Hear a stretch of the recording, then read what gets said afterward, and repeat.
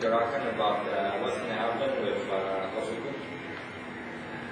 As I said, I'm not actually very much within the inner circle, so I wouldn't know what is his latest thinking.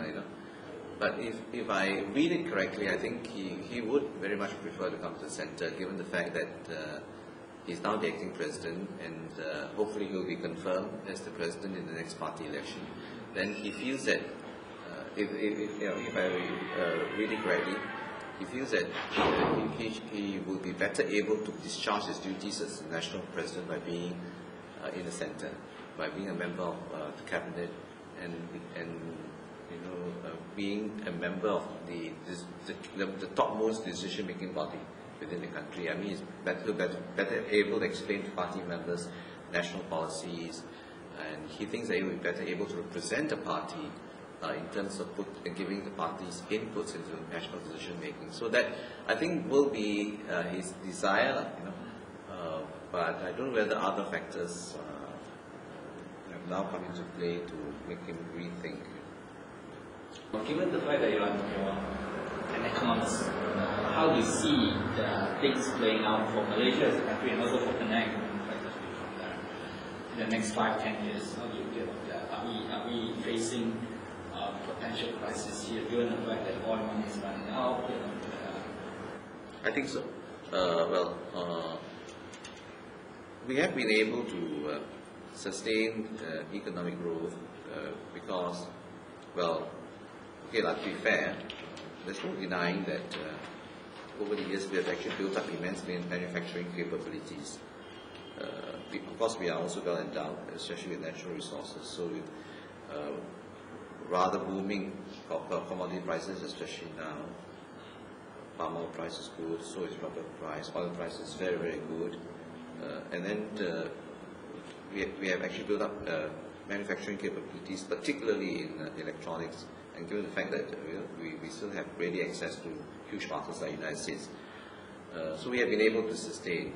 But now, with the emergence of China, with the emergence of Vietnam and Thailand, the competition is very, very stiff. I think the reason why we have succeeded in manufacturing is, I think, also in part because of the advantage of being an early starter. It started under very favorable initial conditions, what they call favorable initial conditions. At the time when we launched into manufacturing, it coincided with the international redivision of labor by multinational companies. There wasn't China to compete, there wasn't India to compete. The whole of Eastern Europe weren't our competitors. So we had that kind of advantage. I think one of the major constraints that we now face, of course, is the fact that our human resources haven't quite been developed to the level that is deemed desirable by multinationals. Because we were very successful in terms of assembly, in terms of testing, maybe some designing, but now that we are no longer competitive in these operations, and some of these operations, most of these operations have already been relocated. You're talking about wanting to move up to design, you want to talk about R&D, logistics, packaging and all that. Now, if you talk to people in industry, they say we would like to keep our R&D centers here, some of it, not high end, of course. The design work, certainly we want to keep some of it here, and there have been some, but they always come up against the constraint of getting good design engineers. So that's got to do with our educational system. So I think I see that as a very, very critical issue, which unless we resolve and resolve quickly, might actually erode our competitiveness even further. Are there any concern within the powers that be that is that they share the kind of concerns that you expressed, that look, something has to be done about this? I'm not sure. You don't think so? Of course, the fact that they have come up with this master plan, and the fact that they say they are determined to, develop universities, top universities in the world, maybe is an indirect way of saying that they recognize the problem. But whether they're tackling it the right way, in a rational way, I'm not sure. I think ultimately, when the race-based framework stays, and you're not able to depart from it radically, I doubt very much that one can make a lot of headway, if you ask me. The general population or Chinese community are not happy to stay with the community.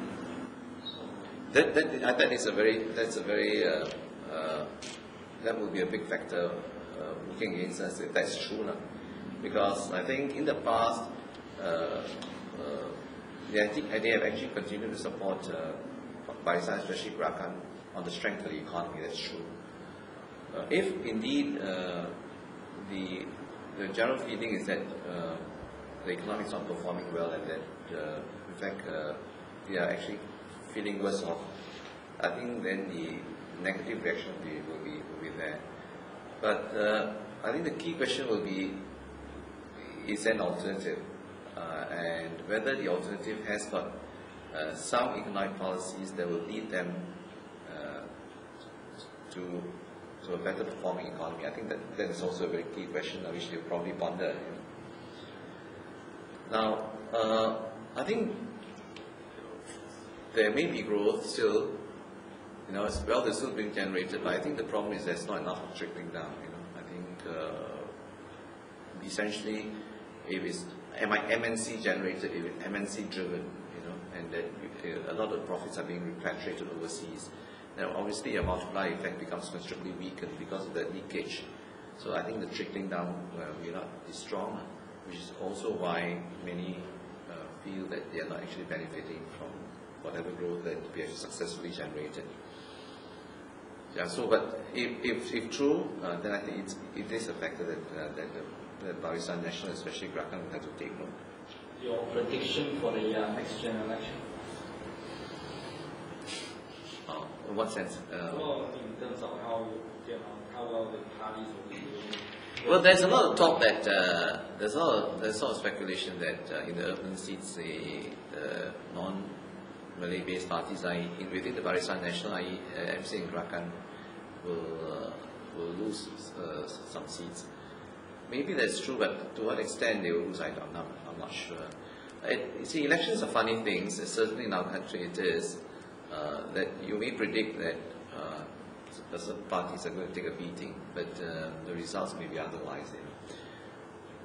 Organization, money, the media, control of the media, etc., etc. So I don't know. I mean, for all the predictions that MC and Gerakan will do worse, for sure they will do worse because 2004 was just too good to be repeated. But how worse, I don't know. Certainly there are a lot of issues for the opposition parties to exploit. Certainly there are a lot of things they can say against the ruling coalition. But again, whether the opposition can get their act together, whether they're able to come together is another big issue.